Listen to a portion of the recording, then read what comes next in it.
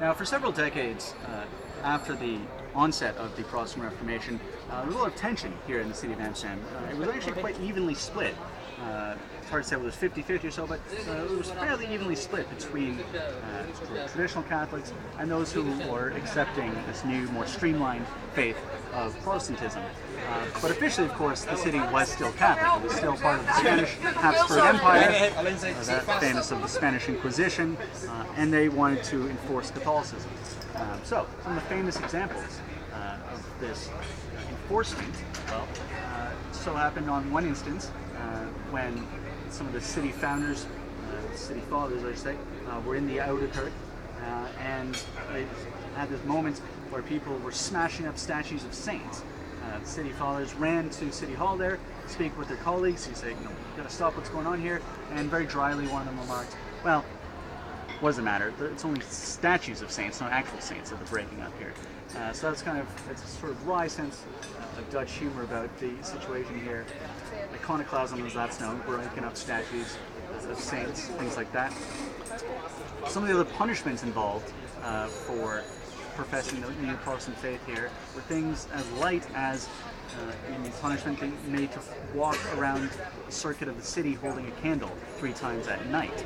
So again, when you compare this to this rack and torture devices of the Spanish Inquisition proper, here in the Netherlands and in Amsterdam, it was actually much more sort of live and let live agenda. Many of these Protestants were merchants, were tradesmen, didn't want them to be killed or kicked out of the city. So again, it goes back to that pragmatic Dutch sense of toleration. Moving forward, 1578 is a massively important year in the history of Amsterdam. That was known as the Alteration.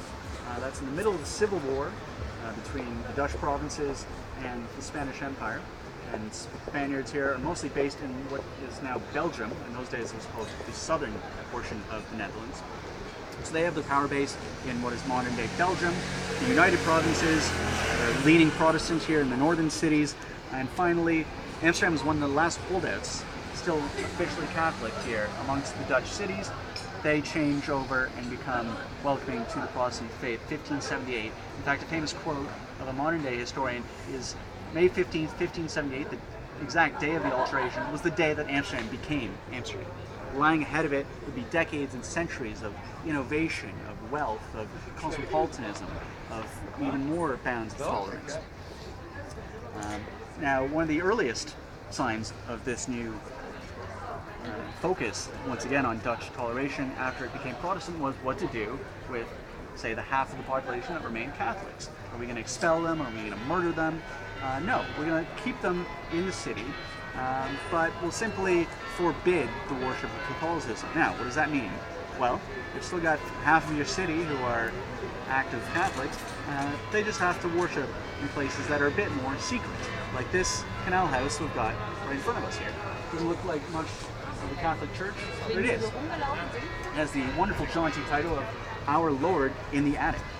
Because after this house was built in the 1640s, only about 20 years later, in the 1660s, is that the top 3 stories of the house was entirely converted into a Catholic chapel. And in fact, using the word chapel kind of doesn't do enough justice. There's a Catholic church, essentially.